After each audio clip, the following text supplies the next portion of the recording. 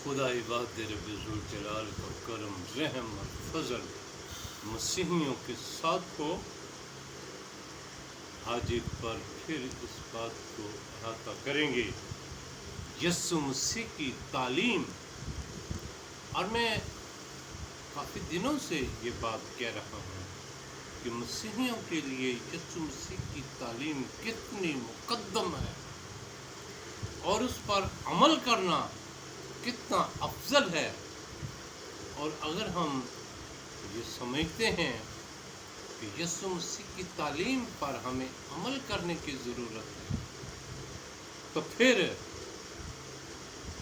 जो कलीसिया की आज तस्वीर हम देखते हैं वो तस्वीर नहीं होगी, बल्कि शादमानी ही शादमानी होगी मसीही चर्चेस में और मसीही घरों में।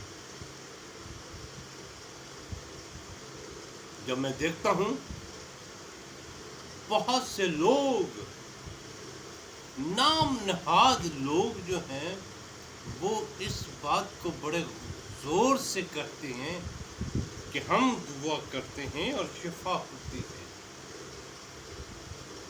और फिर ये लोग जो ममसू कहलाते हैं, जो पादरी कहलाते हैं, जो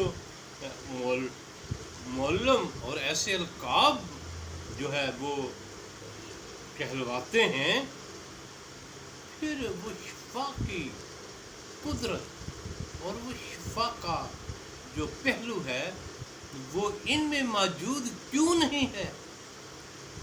मैंने कोई चर्च ऐसा नहीं देखा जिसमें पूरे तौर से ये ऐलान किया जाता हो कि इबादत के बाद बीमारों के लिए दुआ करेंगे।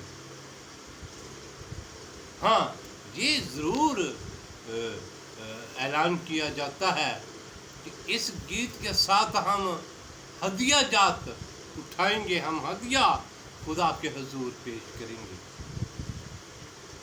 कितना हदिया ज़रूरी है या कितना शिफा के लिए दुआ करना ज़रूरी है? यीशु मसीह ने अपने शागिर्दों को ये अख्तियार बख्श दिया, जाओ और तुम लोगों को उनके बीमारियों से और उनको बदरूहों से शिफा दो। और ये नाम नेहाद जो लोग हैं, इनके बारे में मसीही क्या कहते हैं? इनको किस तरह से ब्लेस किया गया, इनको किस तरह से मसा किया गया, इनको कौन मसा करता है?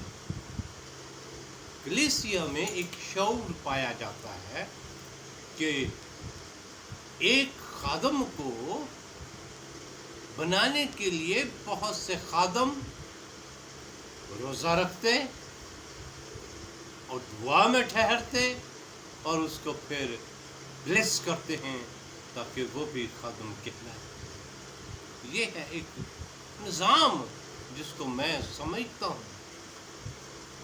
अगर नाम निहाद लोगों को आप जानते हैं और आप समझते हैं कि वो किस कदर, या वो रूहुल कुद्दुस की कुदरत से ब्लेस हो जाते हैं, किस तरह से ब्लेस होते हैं, वो खुद साख्ता ब्लेस हो जाते हैं, खुद साख्ता वो ऐलान करते हैं, वो कहते हैं हम भी पादरी हैं, हम भी खादम हैं, हम भी दुआ करते हैं। और फिर ख़ास तौर पर कहते हैं जो चर्चेस में पादरी हैं उनके पास शिफा की कुव्वत नहीं है, वो हमारे पास है।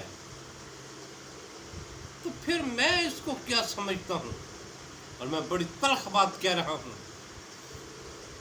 शिफा लेने के लिए तो लोग इन नाम निहाद लोगों के पास जाएं और मसीही कलीसिया के लोग शिफा पाने के लिए इन नाम नहाद लोगों के सामने झुक जाएं, और चर्चेज में क्या वो चंदा देने के लिए जाएं?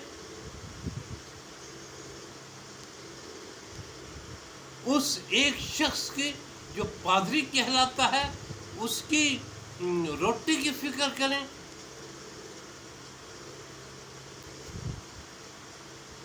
یہ کیا ہے؟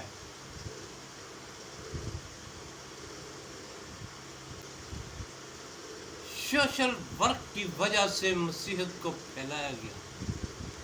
مسیحیت کی سچائی کہاں ہے؟ مسیحیت کے وہ لوگ جن کو ضروری ہے کہ وہ ہر روز چرچ کو کھولیں اور چرچوں میں دعا کا نظام بہتر کریں، اس کو میں عبادت بھی کہہ سکتا ہوں. یسوع مسیح کی تعلیم نظر آتی ہے.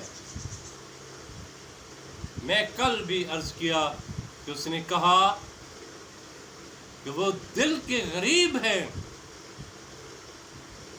جو آسمان کی بادشاہی انہی کی ہے.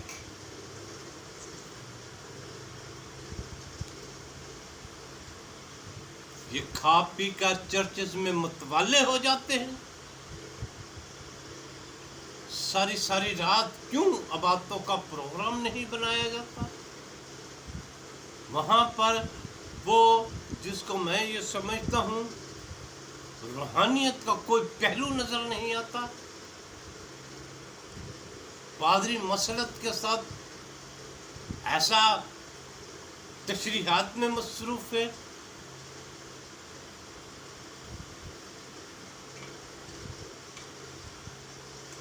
خدا کی بادشاہی کن کی ہے؟ جو دل کے غریب ہے. دل کے غریب کی جو تشریح ہے، میں اس بات کو پورے طور سے سمجھنے کی کوشش کر رہا ہوں.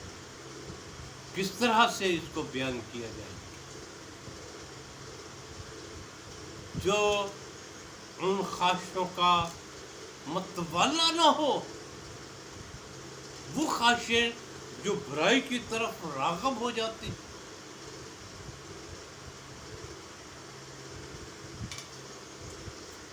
وہ بادشاہی کی خواہش جس کو حاصل کرنے کے لیے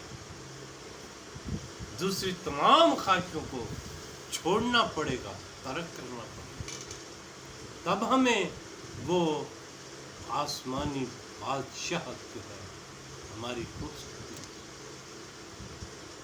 اگر ہم دل کی خواہشوں کے مطابق چلتے ہیں تو پھر ممکن نہیں ہے کہ ہم آسمان کی بادشاہی میں جا سکیں. آسمان کی بادشاہی کیا ہے؟ وہاں شادمانی ہوگی، وہاں قدوسیت ہوگی، وہاں خدا کا جلال ہوگا، وہاں آسودگی ہوگی. جب ان ساری لفظوں کی تشریحات میں جاتا ہوں تو میں یہ سمجھتا ہوں کہ یہ ہے یسوع کی تعلیم اور یہ ہے اس کا انعام. یسوع کی تعلیم کا یہ انعام ہے کہ ایسی لائف، ایسی زندگی انسان کو مل رہی ہے. آج میں آپ کی خدمت میں یہ عرض کر رہا ہوں کہ مبارک ہیں وہ جو دل کے غریب ہے.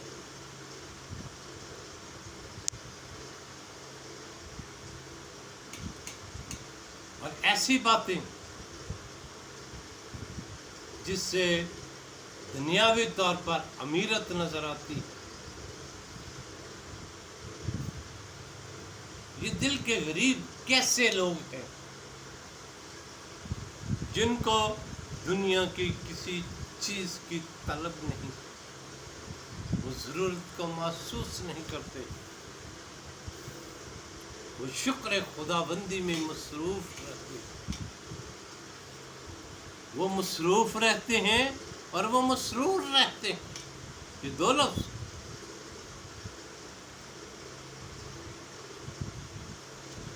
دل کے غریب کی خدا کی بادشاہی کی وارث ہوں.